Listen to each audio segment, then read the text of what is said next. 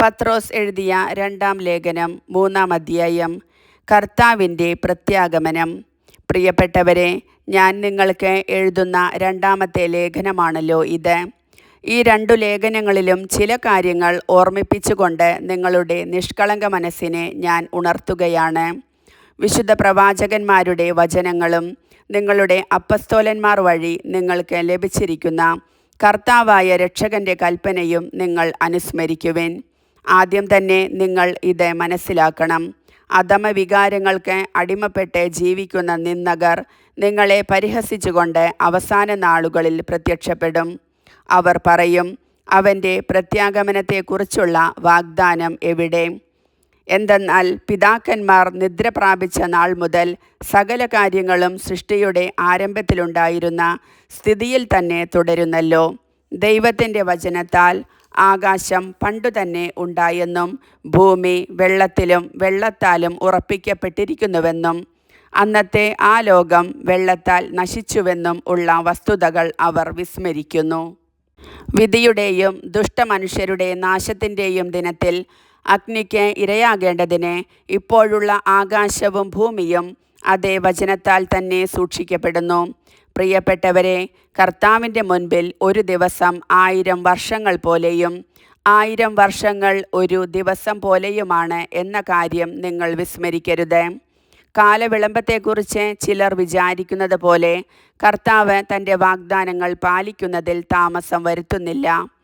ആരും നശിച്ചു പോകാതെ എല്ലാവരും അനുതപിക്കണമെന്ന് അവിടുന്ന് ആഗ്രഹിക്കുന്നത് കൊണ്ട് നിങ്ങളോട് ദീർഘക്ഷമ കാണിക്കുന്നുവെന്നേയുള്ളൂ. കർത്താവിൻ്റെ ദിനം കള്ളനെ പോലെ വരും. അപ്പോൾ ആകാശം വലിയ ശബ്ദത്തോടെ അപ്രത്യക്ഷമാകും. മൂലപദാർത്ഥങ്ങൾ എരിഞ്ഞ് ചാമ്പലാകും.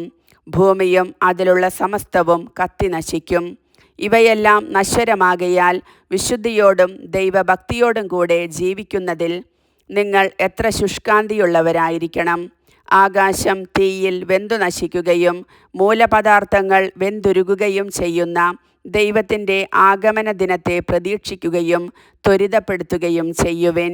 നീതി നിവസിക്കുന്ന പുതിയ ആകാശവും പുതിയ ഭൂമിയും അവിടുത്തെ വാഗ്ദാനപ്രകാരം നാം കാത്തിരിക്കുന്നു. ആകയാൽ പ്രിയപ്പെട്ടവരെ, ഇവ പ്രതീക്ഷിച്ചുകൊണ്ട് കളങ്കവും കറയുമില്ലാതെ സമാധാനത്തിൽ കഴിയുന്നവരായി നിങ്ങൾ അവന് കാണപ്പെടാൻ വേണ്ടി ഉത്സാഹിക്കുവിൻ. നമ്മുടെ കർത്താവിൻ്റെ ദീർഘക്ഷമ രക്ഷാകരമാണെന്ന് കരുതിക്കൊള്ളുവിൻ. നമ്മുടെ പ്രിയപ്പെട്ട സഹോദരനായ പൗലോസ് തനിക്കു ലഭിച്ച ജ്ഞാനമനുസരിച്ച് ഇക്കാര്യം തന്നെ നിങ്ങൾക്ക് എഴുതിയിട്ടുണ്ടല്ലോ. ഈ വിഷയത്തെക്കുറിച്ച് പറയുമ്പോഴെല്ലാം ഇങ്ങനെ തന്നെയാണ് എല്ലാ ലേഖനങ്ങളിലും അവൻ എഴുതിയിരിക്കുന്നത്. മനസ്സിലാക്കാൻ വിഷമമുള്ള ചില കാര്യങ്ങൾ അവയിലുണ്ട്.